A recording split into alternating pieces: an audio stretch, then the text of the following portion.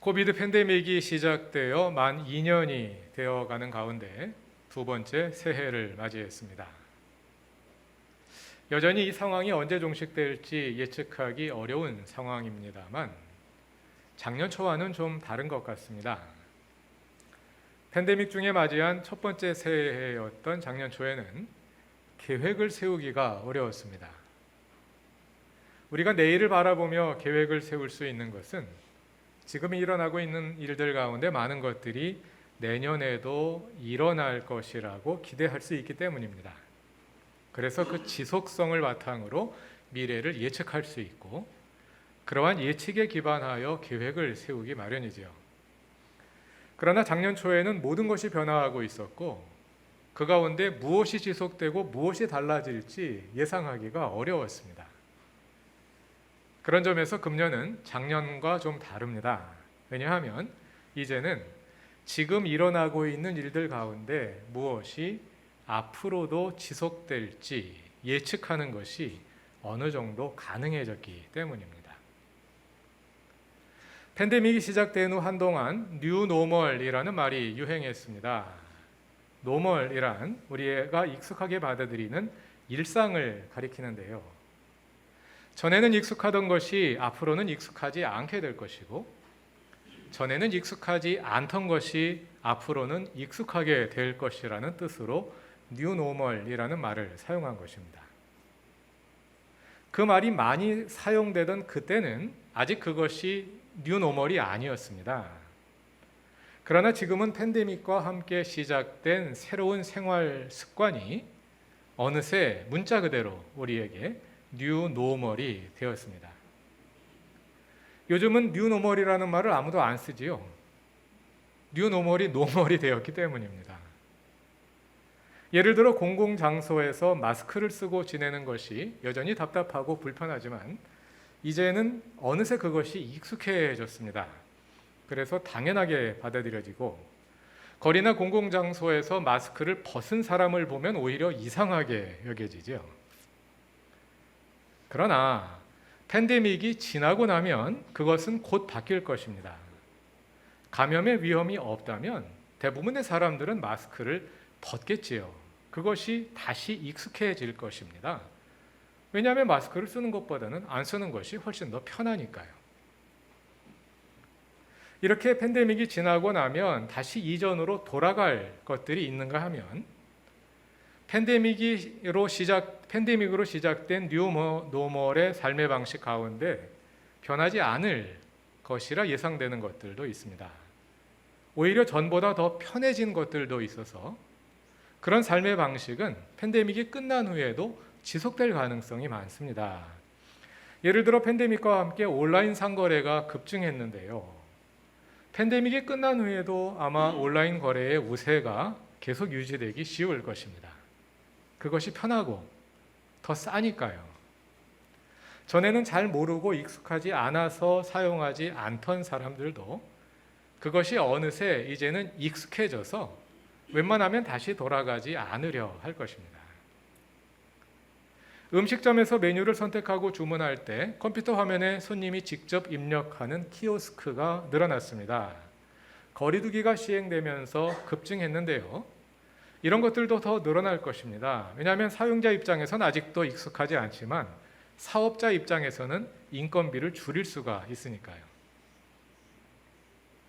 이렇게 한편으로는 팬데믹 이전으로 돌아가려는 움직임이 일어나고 다른 한편으로는 뉴노멀의 생활 방식을 더 진전시키려는 움직임이 일어나면서 둘 사이에서 갈등이나 경쟁이 일어나는 분야들도 있을 것입니다. 지난 2년간 대학의 많은 수업이 온라인으로 이루어졌습니다. 온라인 수업이 처음에는 대면 수업에 대한 응급 처방으로 시작되었지만 학기가 진행되면서 온라인 수업에도 장점이 있음을 알게 되었습니다. 그래서 앞으로 각 대학들은 대면 수업과 비대면 사이에서 길을 찾기 위해 애쓰게 될 것입니다. 교회도 마찬가지이지요. 대다수의 교회가 완전한 대면 예배로 돌아갈 날만을 기다리고 있고 팬데믹이 끝나고 나면 아마 다시 대면 예배와 모임이 중심을 이루게 될 것입니다. 그러나 어느새 비대면 예배에 익숙해진 교인들도 많기 때문에 그로 인한 불일치를 피하기 어려울 것입니다. 저는 대부분의 교회들이 예배 중계를 지속하게 될 것이라고 생각합니다. 많은 교회 지도자들은 대면 예배의 중요성을 강조하고 교인들을 대면 예배로 유도하려고 애쓰겠지만, 그럼에도 불구하고 대면 예배 참석자의 수가 줄어들 것이 뻔하기 때문입니다. 그렇다면 이제 이미 팬데믹 중에 잘 갖추어 놓은 예배 중계 시스템을 굳이 폐기할 필요가 없다는 판단을 할 수밖에 없을 것입니다. 이 지점에서 좀 더 초점을 좁혀서 우리 교회 이야기를 해보도록 하지요. 팬데믹 중에 대면 예배와 비대면 예배를 병행하고 있습니다. 방역 지침의 변화에 따라 전 교인을 몇 조로 나누어서 대면 예배에 참석하도록 하고 있는데요. 이 기간에 대면 예배에 나오시는 분들은 정말 대면 예배를 좋아하시는 분들이라고 생각합니다. 왜냐하면 조편성을 하더라도 대면 예배가 있는 날은 반드시 교회에 와야 한다는 강제성을 부여하지는 않기 때문입니다. 아직 팬데믹이 진행 중인 상황에서 감염을 우려하여 각자의 판단에 따라 나오지 않으실 수도 있고요. 그러신 분들도 있고요. 또 그루터기 교회는 그러한 판단을 존중합니다. 대면 예배에 못 나오면 온라인으로 예배 드리실 수 있으니까요. 그럼에도 불구하고 여러분이 이 자리에 나와 앉아 계신다는 것은 그만큼 대면 예배를 좋아하신다는 것을 보여주는 표시라 할 수 있겠지요.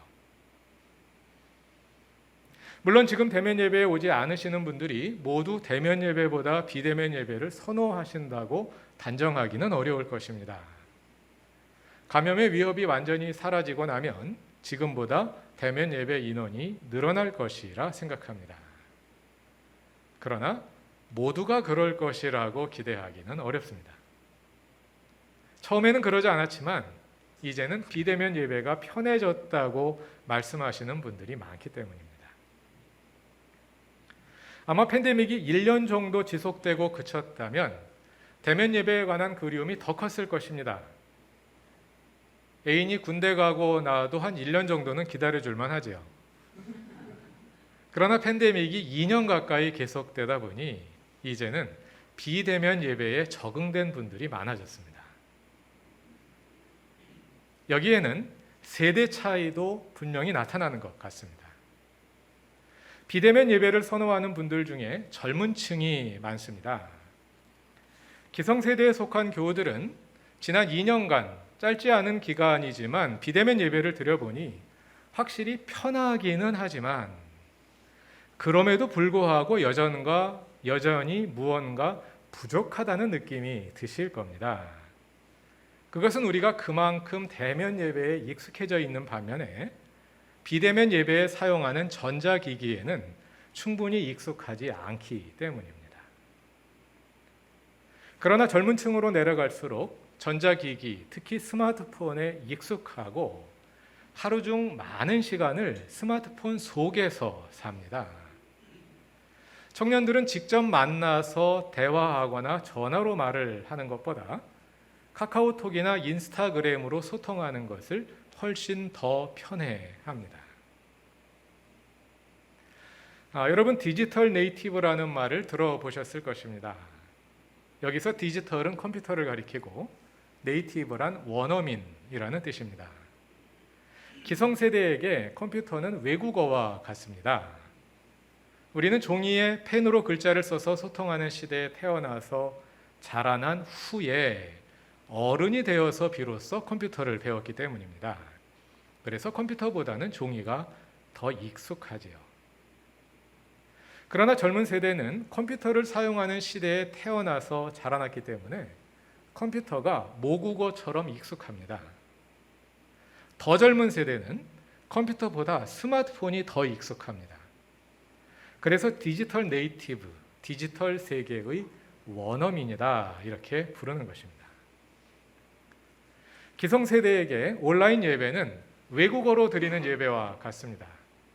그래서 예배에 온전히 집중하고 감동하기가 어렵습니다. 그러나 디지털 네이티브인 젊은 세대에게 온라인 예배는 모국어로 드리는 예배입니다. 그래서 기성세대와는 느낌이 다를 것입니다. 기성세대의 경험으로 볼 때 비대면 예배는 대면 예배를 못 드리기 때문에 사용하는 응급 처방일 뿐이지 진정한 예배가 되기가 어렵습니다. 그러나 젊은 세대는 다릅니다. 온라인 가상 세계를 친숙하게 느끼고 그래서 비대면으로도 예배에 몰입할 수 있는 가능성이 훨씬 더 많습니다.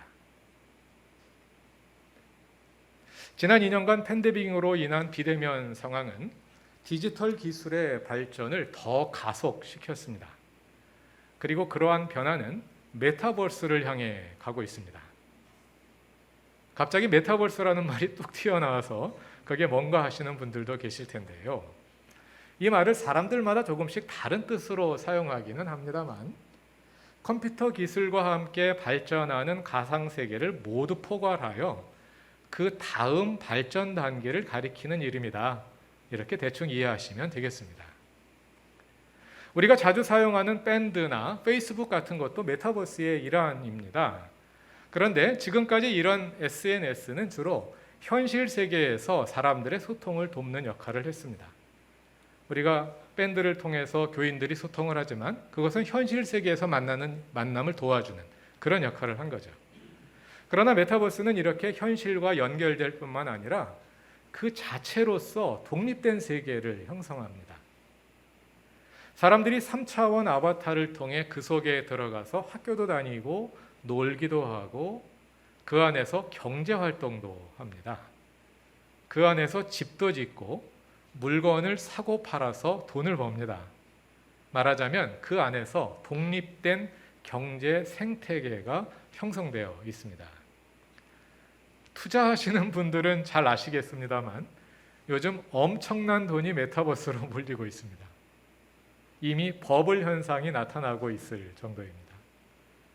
아직 광활한 황무지와 같은데요. 아직 집도 많지 않은데 돈에 밝은 사람들이 먼저 뛰어들어가서 엄청난 투자가 그 안에 이루어지고 있습니다. 그런데 지금 메타버스에서 가장 활발하게 활동하고 있는 사람들은 젊은 세대 가운데서도 더 젊은 청소년들입니다. 청소년들은 제페토나 로블록스 같은 곳에서 아바타를 활용하여 실시간으로 만나고 거기서 학교도 가고 어울려서 놀면서 소통합니다. 한마디로 말해서 젊은 세대는 기성세대와는 다른 세계에서 살고 있습니다. 우리가 21세기라는 동일한 시간, 한국에 살고 있으니까 같은 공간에, 같은 세계에 살고 있으리라고 생각하지만 전혀 그렇지 않습니다. 다른 세계에서 살고 있습니다. 그런데 그 세계는 아직 복음이 거의 전해지지 않은 신대륙과 같습니다. 왜냐하면 복음이 아직 그 세계의 언어로 충분히 번역되지 않았기 때문입니다. 젊은 세대가 살고 있는 가상세계, 그리고 가상세계가 발전하여 형성되는 메타버스는 앞으로 교회의 선교 역량이 집중되어야 할 새로운 미개척 선교지입니다. 그런데 그 선교지는 비행기를 타고 멀리 가야 있는 것이 아니라 바로 이 안에, 교회 안에 동시적으로 존재합니다. 함께 예배드리고 있는 여기에 선교지가 있는 것이죠. 그래서 예배와 선교가 분리될 수 없고 앞으로는 예배가 동시에 선교 활동이 되어야 합니다. 다시 말해서 주일 예배가 기성세대만을 위한 언어로 이루어져서는 안 됩니다. 젊은 세대가 함께 참여할 수 있는 디지털 언어로 동시에 예배가 이루어져야 합니다. 그리할 때 예배가 동시에 선교가 될 것입니다. 그러한 선교 활동이 살아있는 교회가 앞으로 살아남을 것이고, 그러한 선교를 하지 못하는 교회는 불과 얼마 지나지 않아 문을 닫게 될 것입니다. 왜냐하면 머지않아 디지털 네이티브 세대가 교회의 주역이 될 테니까요. 그렇다기 교회는 어떻게 디지털 네이티브와 함께 가는 교회가 될 수 있을까요? 디지털 네이티브와 함께 가는 교회는 무엇보다도 기성세대와 젊은 세대가 함께 진정한 예배를 드릴 수 있는 교회입니다. 다른 말로 하자면 오프라인과 온라인 양변에서 진정한 최선의 예배를 드릴 수 있는 교회라야 디지털 네이티브와 함께 갈 수 있습니다. 그러기 위해서는 먼저 대면 예배를 잘 드릴 수 있어야 합니다. 왜냐하면 온라인 예배를 드리는 분들도 항상 온라인에만 있는 것은 아니거든요. 대면 예배에 나오고 싶은 마음을 항상 가지고 있거든요. 대면 예배가 기반이 되어서 대면 예배가 잘 드려져야 합니다. 그리고 그것을 기반으로 비대면 예배가 단순한 예배 중계가 아니라, 지금 우리가 하고 있는 것은 예배 중계이죠. 단순한 예배 중계가 아니라 그 자체로 최선의 예배가 되는 진정한 의미의 온라인 예배가 될 수 있어야 합니다. 그러기 위해서는 그것을 뒷받침하는 기술적 환경이 갖추어져야 할 것입니다. 온라인으로도 예배에 집중할 수 있는 환경을 만들어야 합니다. 예를 들어 지금 우리 교회 예배 중계를 보면 설교는 잘 들리지만 챔버 연주나 중창단 찬양 소리는 현장에서 들리는 만큼 들리지 않습니다. 오늘도 중창단의 아름다운 중창을 잘 들리도록 막기 위해 김 장로님이 예배 중에 나와서 마이크 세팅을 다 새로 하셨는데요. 그렇게 꼼꼼하게 소통을 해서 아마 겨우 비슷하게 들렸을 겁니다. 음향뿐 아니라 시각적 환경의 개선도 필요합니다. 예배 중계 영상을 자세히 보시면 화면 안에 시선을 분산시키는 요소들이 너무 많아서 설교자나 연주자에게 집중하기가 어렵습니다. 어른들의 눈에는 잘 안 보일 수도 있습니다. 사실 기성세대가 보기엔 매주일 우리 교회 예배 중계가 끊어지지 않고 잘 나오는 것만으로도 정말 대단하고 감사한 일이죠. 그렇죠? 네. 웃기려고 하는 이야기 아니라 사실 지난 2해 동안 대단한 일을 우리가 한 겁니다. 이만큼 못하는 교회도 많잖아요. 그래도 그루터기 교회니까 이만큼이라도 해낸 겁니다. 그러나 어릴 적부터 디지털 세계에 살아온 젊은이들의 눈과 귀는 우리보다 영상과 음향에 더 민감하고 세밀합니다. 어렸을 때부터 그 세계 속에 살았기 때문입니다. 그 눈과 귀로 보면 우리 교회의 온라인 예배에 시청각적인 노이즈가 굉장히 많습니다. 예배에 집중하지 못하도록 방해하는 시각적이고 청각적인 노이즈가 굉장히 많아요. 그래서 사실은 디지털 네이티브들도 지금의 예배 중계에는 집중하기가 어렵습니다. 온라인 예배를 진정한 예배로 회복하기 위해서 이러한 시청각 노이즈를 제거하고 예배에 온전히 집중할 수 있도록 돕는 기술 환경의 개선이 필요합니다. 그러나 물론 기술력이 모든 것을 결정하지는 않습니다. 사실 기술력으로 말하자면 우리와 같은 작은 교회가 첨단 시설을 갖춘 대형 교회들을 따라잡을 수가 없겠죠. 이미 수많은 메타버스 플랫폼들이 나와서 메타버스 안에서 경쟁하고 있는데요. 그 서비스들이 메타버스에 들어갔다는 것은 이미 기본적인 기술을 확보하고 있다는 뜻이겠죠. 그럼 그들 가운데서 누가 살아남아서 많은 사용자를 확보하느냐, 거기서부터는 기술력이 결정하지 않는다고 합니다. 그 다음부터는 누가 커뮤니티 형성에 성공하느냐, 누가 사람들을 모이게 만드느냐, 그 의미를 주느냐, 그 계기를 주느냐, 여기에 달려있다 합니다. 예를 들어서 우리 교회 청년부는 요즘 메타버스 플랫폼 가운데 하나인 게더타운에서 모임을 가지고 있습니다. 그런데 게더타운은 현실감 있는 3차원 영상을 제공하는 다른 플랫폼에 비하면 2차원 영상으로 이루어져 있어서 상당히 소박한 그런 서비스입니다. 그러나 그동안 게더타운이 많은 커뮤니티들을 끌어모은 거예요. 심지어 회사들 가운데 강남역 부근에 있었던 현실 공간에 사무실이 있었는데 그 사무실을 없애버리고 게더타운으로 사무실을 옮긴 그런 회사들도 있습니다. 그것이 가능해지고 있는 거죠. 커뮤니티 형성에 성공했다는 것은 사람들이 어떤 의미를 공유하도록 도왔다는 것입니다. 같은 의미를 추구하는 참여자들이 그 의미별로 모여서 커뮤니티를 이룰 수 있는 그런 계기를 마련해 주었다는 거죠. 이것을 교회에도 적용해 볼 수 있겠습니다. 사람들은 단순히 기술력이 뛰어난 교회를 찾는 것은 아닙니다. 교회다운 교회를 찾습니다. 젊은 세대가 추구하는 의미를 공유할 수 있는 교회, 또 젊은 세대가 윗세대와 함께 편안히 머물 수 있는 교회, 그런 교회가 되어야 합니다. 그런 점에서 그루터기 교회는 이미 좋은 것들을 많이 가지고 있습니다.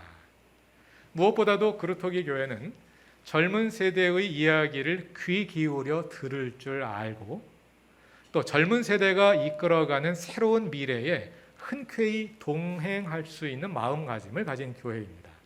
이미 그런 일들이 실제로 이루어지고 있고요. 교회 운영에서 남성과 여성의 균형도 잘 이루어져 있습니다. 금년 운영위원회 총무가 여성이고 운영위원이 거의 남녀 동수로 구성되어 있습니다. 그 외에도 그루터기 교회는 여러 가지 면에서 민주적으로 투명하게 교회를 운영해온 축적된 경험을 가지고 있습니다.